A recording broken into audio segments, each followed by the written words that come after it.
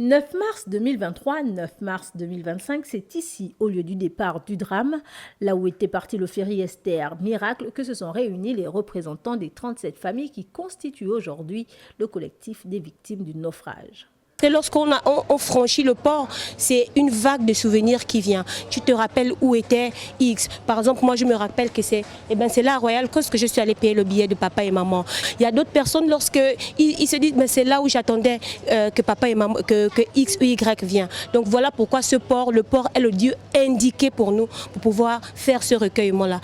2 ans après, les blessures sont toujours aussi vives, l'esprit noyé dans des interrogations. Il serait difficile ici d'énumérer toutes les attentes. Mais on va dire principalement la prise en charge de la veuve et l'orphelin et les mesures d'accompagnement.